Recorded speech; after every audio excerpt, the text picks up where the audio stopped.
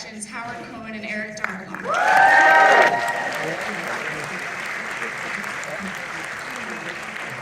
Good evening. Good evening. Thank you all so much for being here in this beautiful and historic theater. If you don't know, this is actually the original Hollywood premiere movie palace, and it's been beautifully restored, and we're so lucky and thankful for all of you being here. So we're really, really excited for you guys to see this movie. We are so proud to be involved with this amazing creative team.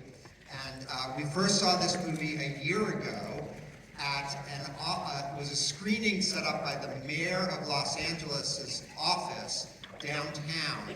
And that's very unusual for acquisitions people. We're pretty jaded.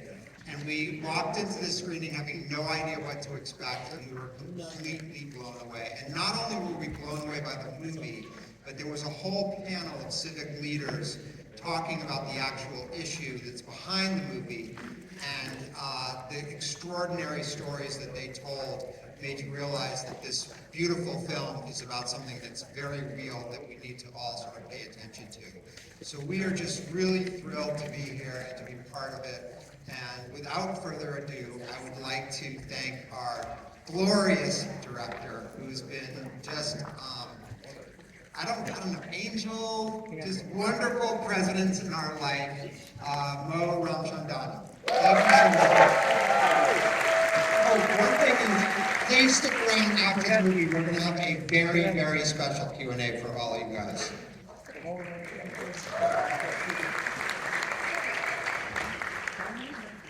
I'm not gonna lie, just had a shot of Jack Daniels.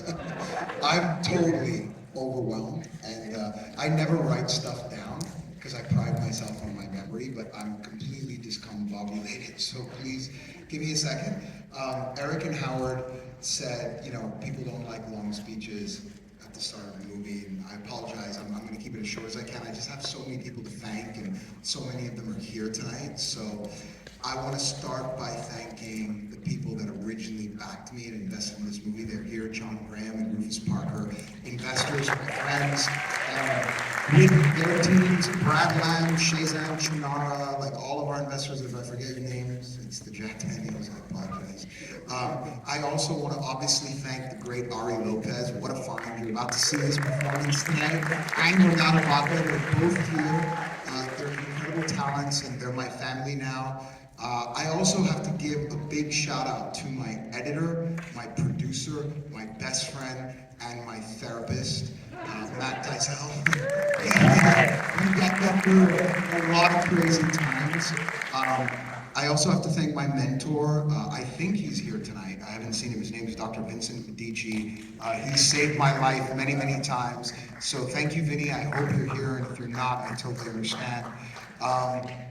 You know, this has been a 6-year journey for me. It's been 6 years. I started this movie right after my mother died. My mother died in 2017, and I went into a very dark hole because she left me with, it felt like I had nothing. It was like, I don't have a mother, I don't have a father, I don't have a wife, I don't have children. I felt very alone. I felt like nothing keeps me tethered to the earth, and it was really hard getting this film made. And you know, when I finished, no one wanted anything to do with this. When I would pitch this movie, it's about a mute kid from Mexico who sold to a sweatshop. I mean, people would roll their eyes. They were like, dude, you got no superheroes, you got no werewolves, you got no monsters, no movie stars. Is Brad Pitt in the movie? Okay, get out. Like, it was just, I mean, it was brutal.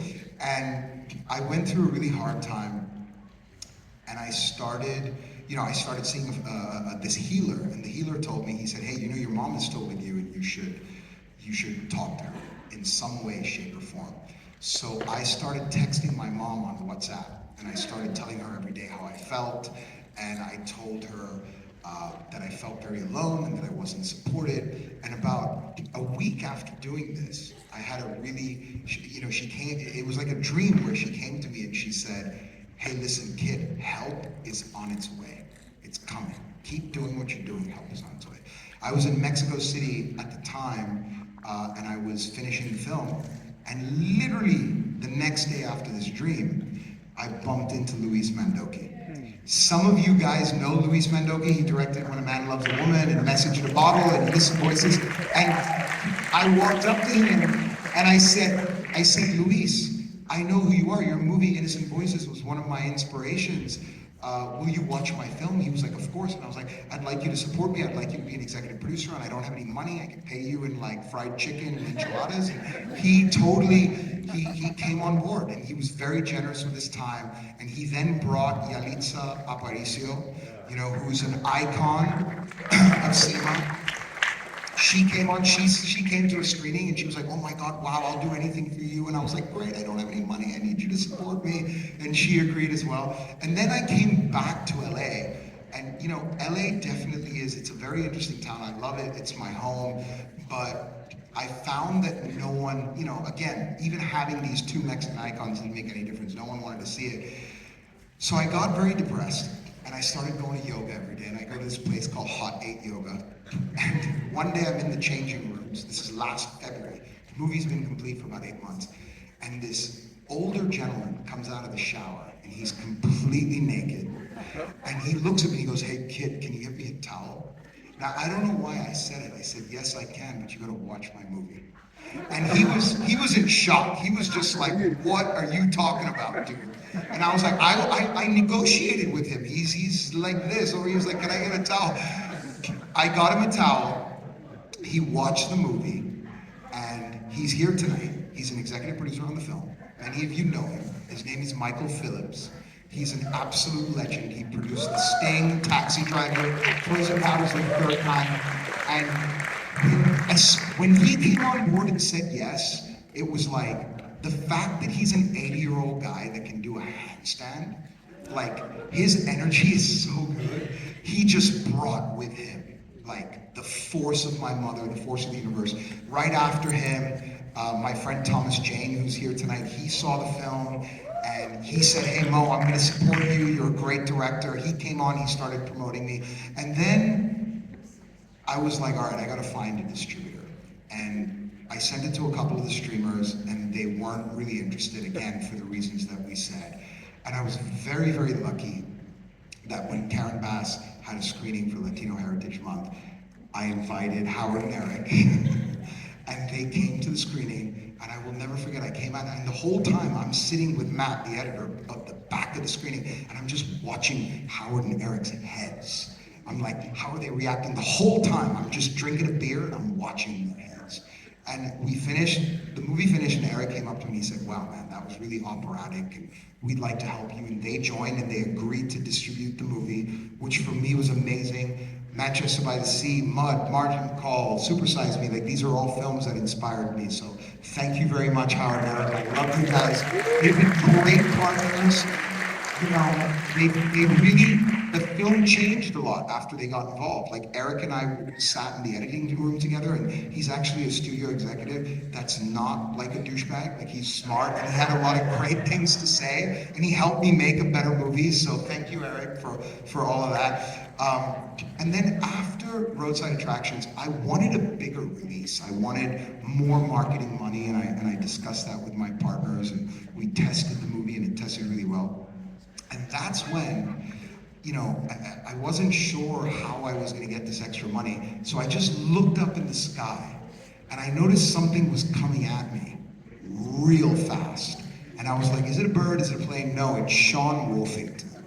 And this guy is a beast. Those of you who know Sean understand what I'm saying. He calls you 500 times a day when he needs something. But Sean Wolfington saw the movie. He got on a Zoom with me, and he said, let me make a prediction right now. This movie's gonna make $1 billion and win an Academy Award. And I'm like, easy, cowboy. Here's what I need. And I listed a few things. He got me everything I needed within 7 days. The day after Sean Wolfington saw the movie, he called up his friend, my brother, John Devaney, who's here tonight with his family. And he said, John, I want you to meet with Mo. John and I had a 6-hour Zoom, and John said, hey Mo, what do you need? And I said, I need another $5 million. He was like, great, it'll be in your account tomorrow. So I love you, John Devaney. Thank you. I wouldn't be here without you. And then it sort of spiraled. Linda Perry, The great Linda Perry saw the movie, she was moved, she wrote a song for the movie, and there were all these names being thrown around about who should sing the song, and I told Sean Wolfington, I said, I really want a Latino, and he was like, you know, I'm really good friends with Luis Fonsi. Oh, come on, give me a break, man. And we were on a Zoom, and he called Fonsi on our Zoom, and he goes, yo, brother, what's up, man? We gotta make another movie. Are you ready to go? And Fonsi's like, yeah, I'm ready to go. He's like, great, you gotta meet Mo, and you gotta do a song for him. And he's here tonight. He's an executive producer. And I have to thank Luis Fonsi. He's one of the kindest, most generous, and most giving human beings I've ever met.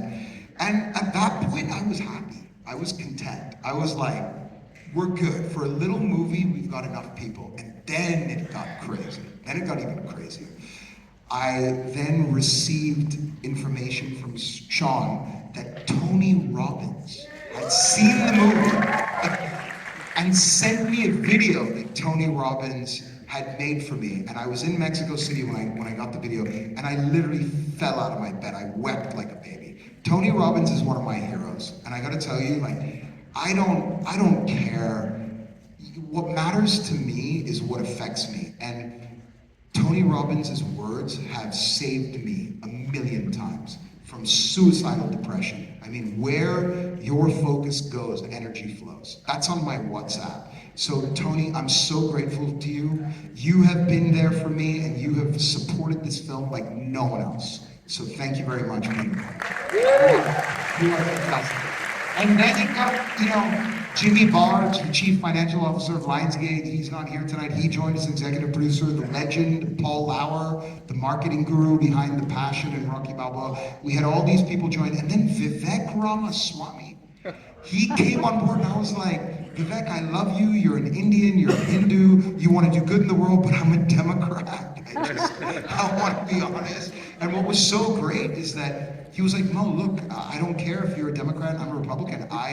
What I care about is that this is wrong. Child slavery is wrong. We can agree on that. And he's been relentless on social media. I've had calls from all around the world in the last few days since Vivek has been posting. So thank you so much, Vivek.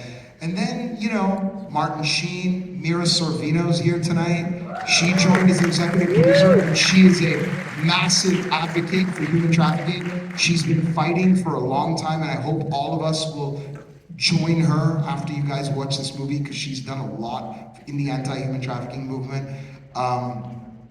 Pat Riley, like, it's just getting kind of nuts. Frank Grillo, and my crazy sister Colleen Camp is here.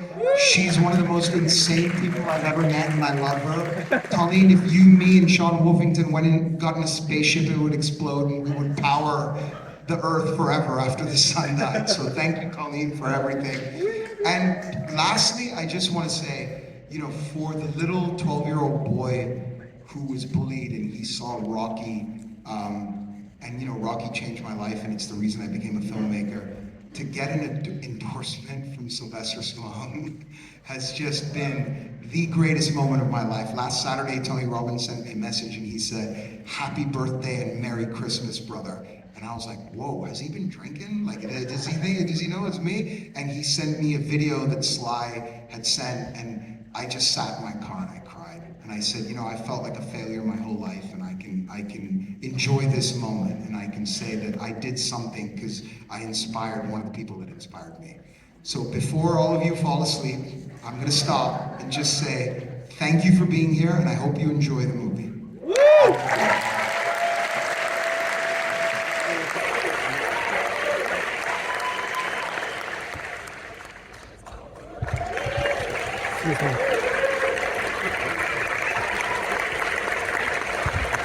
Do we have a hand for Mo and for the cast and the producers here today?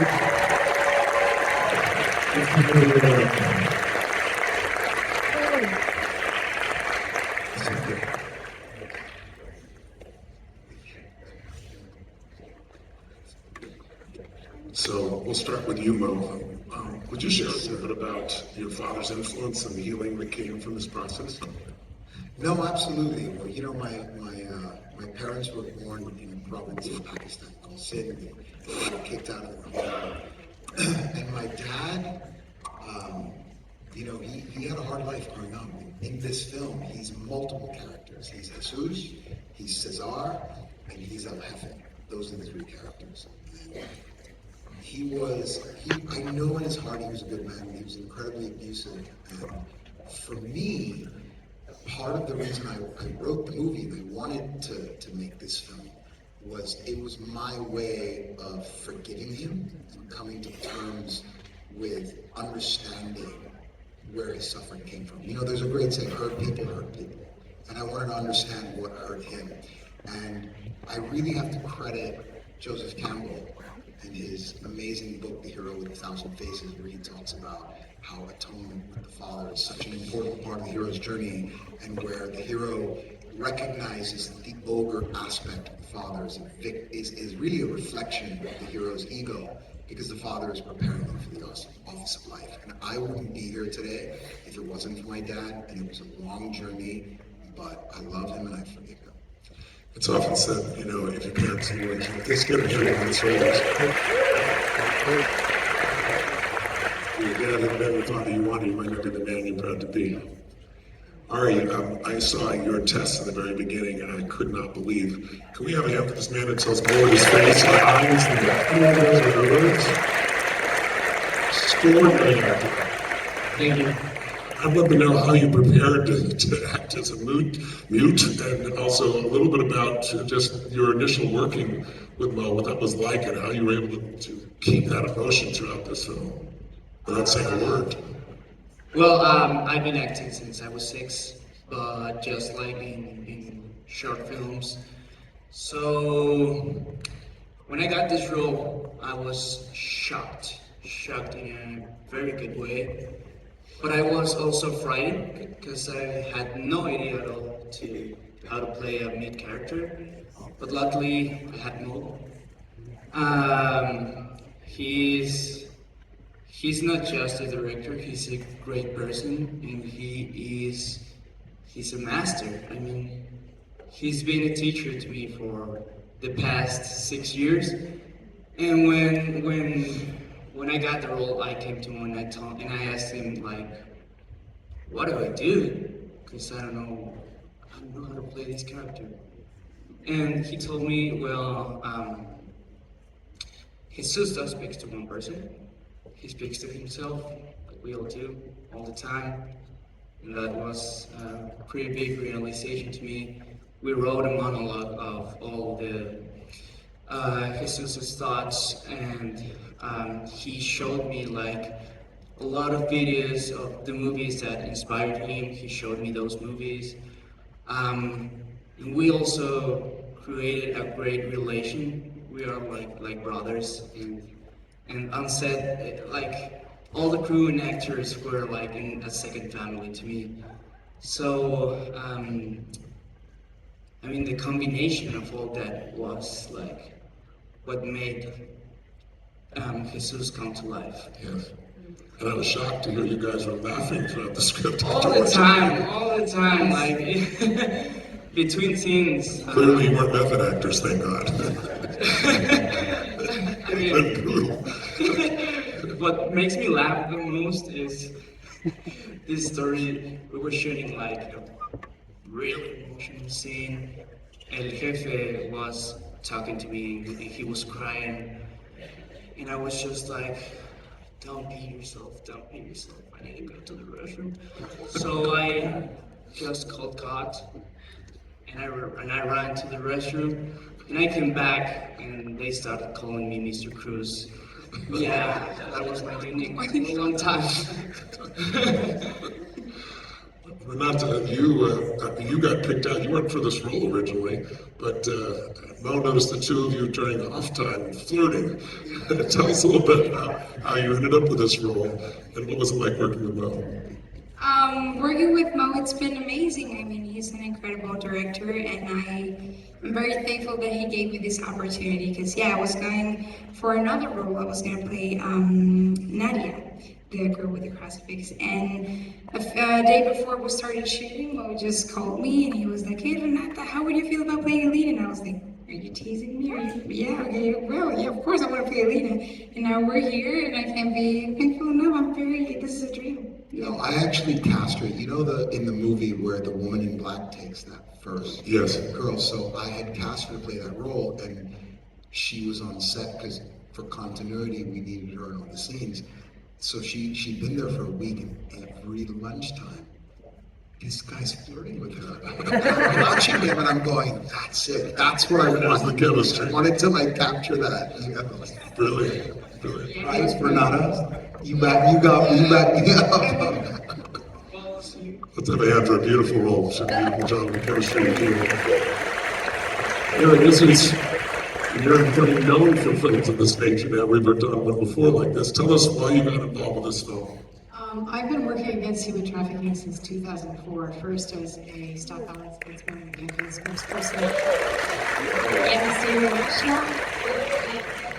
2009 through the present, I've been a Goodwill Ambassador for the United Nations Office on Drugs and Crime Against Human Trafficking. And I'm also on the Board of Trustees of the UN Voluntary Trust Fund for Victims of Trafficking Persons. And it's my other passion in life, besides acting and being a mother of my 4 kids, is trying to end the scourge that is modern day slavery, that is human trafficking, that claims 50 million victims worldwide, and almost a third of them are children, and about 50% of those children are labor trafficking victims, like Jesus' character and like both of their characters. And I've made 4 feature films about the topic, but most of the films about human trafficking are about sex trafficking.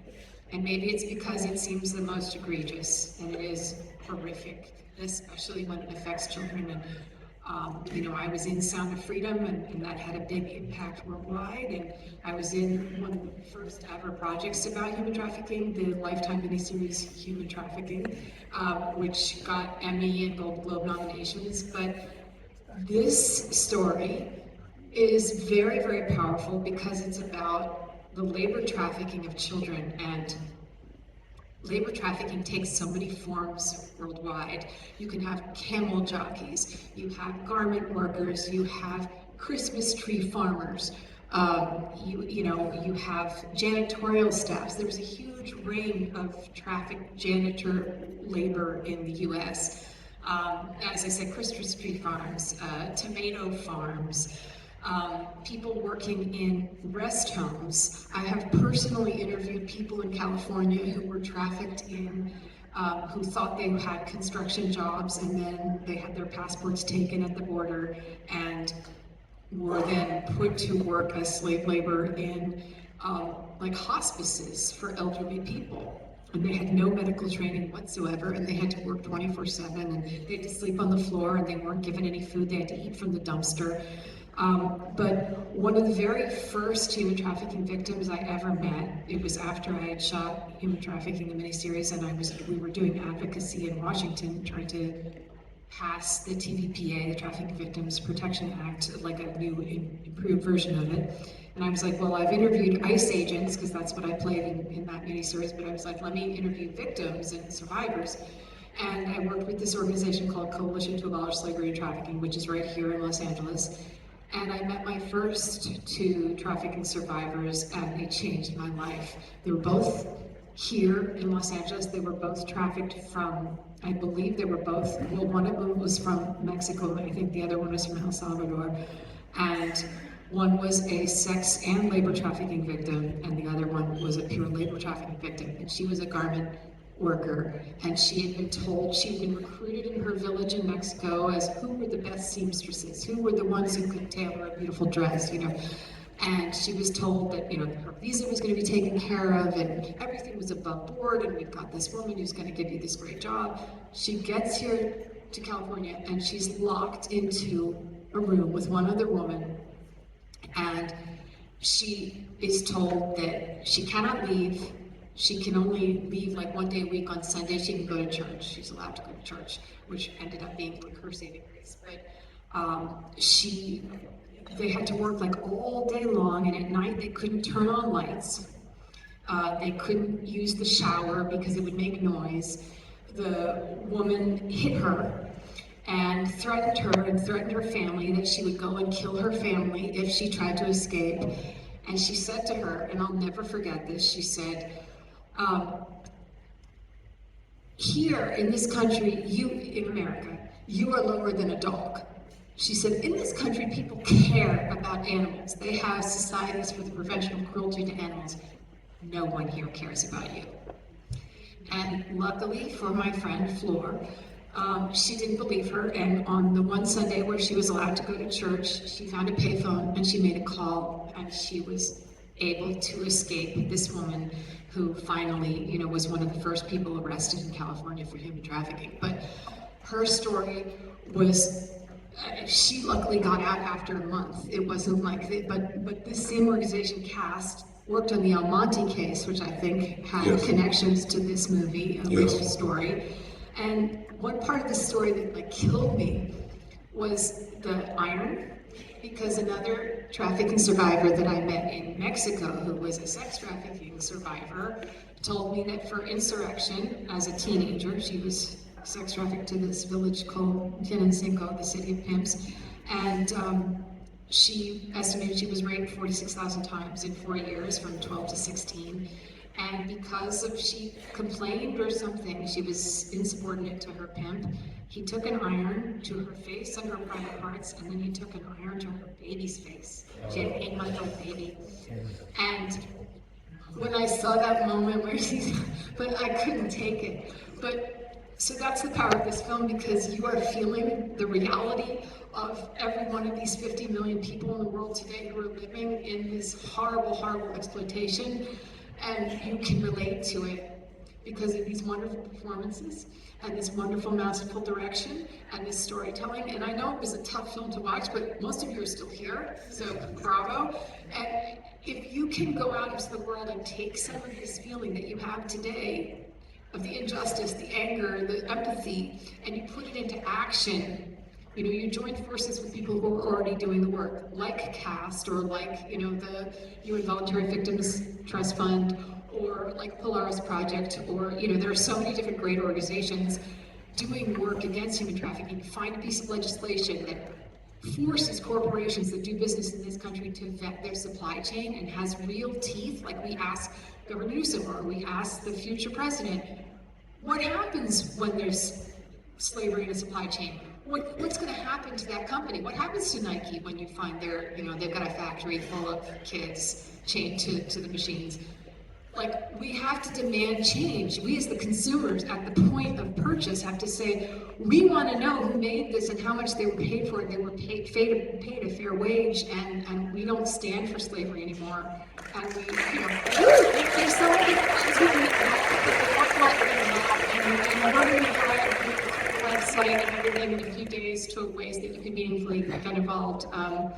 This is my last thing I'll say. On my X Twitter page, my pinned tweet is an 8-post tweet of different human trafficking organizations you can get involved in. So please check it out if you feel moved and get involved.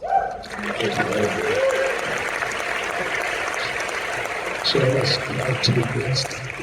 You were a huge role, Luis, in getting this done. Will you tell us a little story about how that came about? I'm saying to Luis, I'm going to say to you for last. Well, I was flying from the sky. I was falling, and I landed in Mo's lap. I want to start with Luis, I was going to come back to you. I was kidding. Oh, you want to start with Luis? Yes. Oh, I'm so sorry. Sorry about okay. that. I thought you asked me something. Luis, please. That's why I said you for last. I met Mo. I was editing my movie in Mexico City. He was working the same post-production facility, and he came to me and said, Innocent Voices was a big inspiration for me for this movie. And I show you my movie. I said, of course. And I saw the movie, and he was in the middle of post-production. And I cried. I was absolutely moved. And I thanked Mo and I thanked God for having given Mo the inspiration to deal. There's many movies that are made about a subject, But Mo did two things. He made a movie about a very important story, but he also made a great movie. With a lot, it's his first movie. And I was,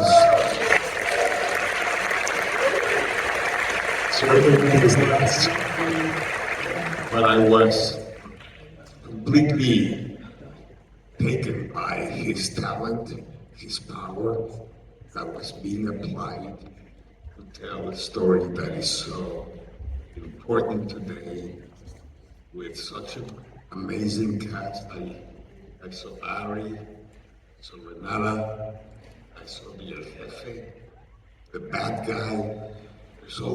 They're all just human beings that are victims, but they're all victims of the system. And he opened my eyes, as he's opening the eyes of many people. And now we're here at the Egyptian Theater. And he has been able to bring this amazing team of people like Sean, John, Tony, everybody who has given all their passion and support for this amazing story. And so I thank you, Mo, for giving yourself to cinema, into the world, into the human heart.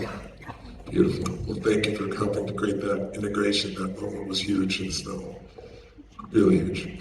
Sean, I don't think I have to ask you much to share with us.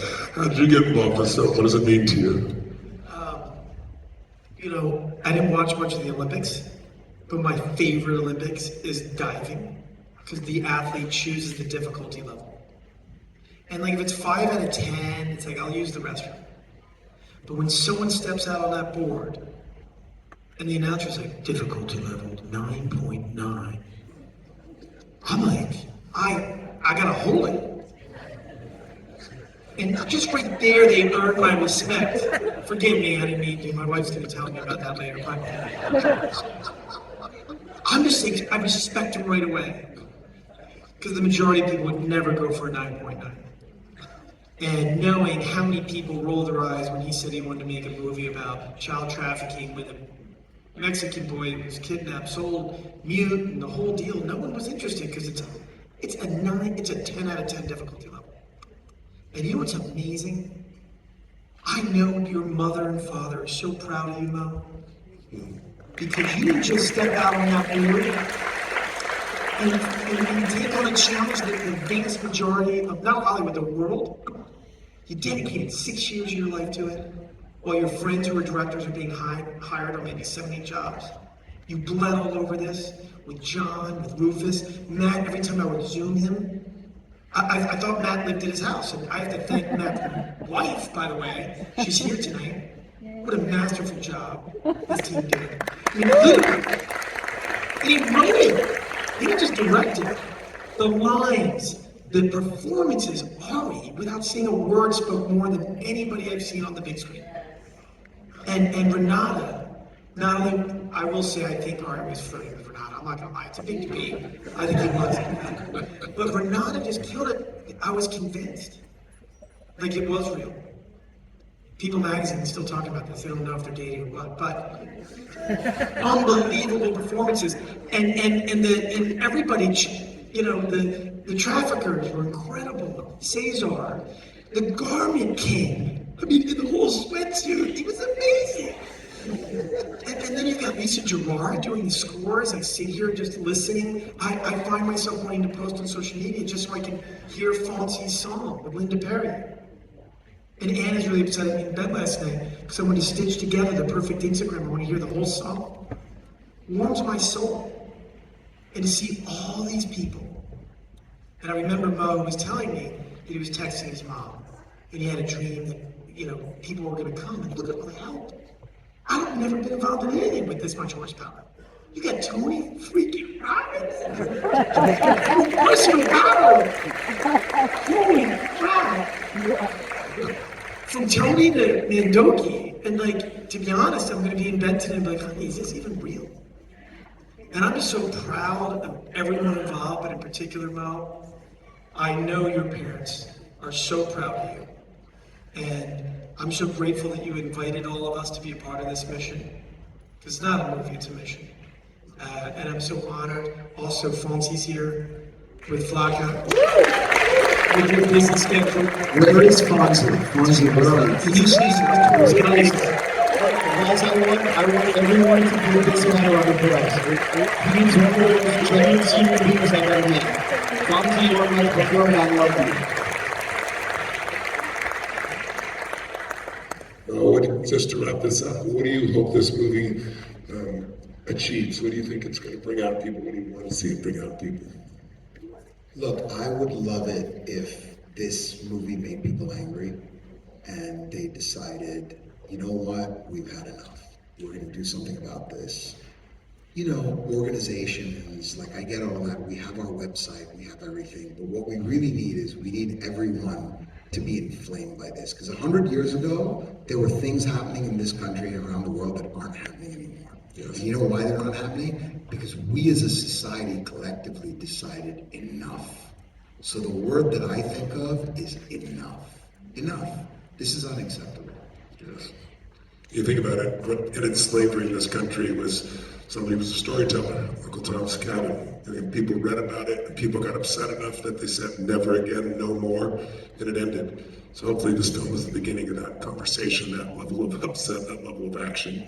And we thank all of you here for doing such an amazing job. But anyone would like to share with the filmmaker, 3 people, just what your experience was of the film, because he sits here wondering when you guys are quiet like this. We first just give him the ovation he deserves, what he just experienced.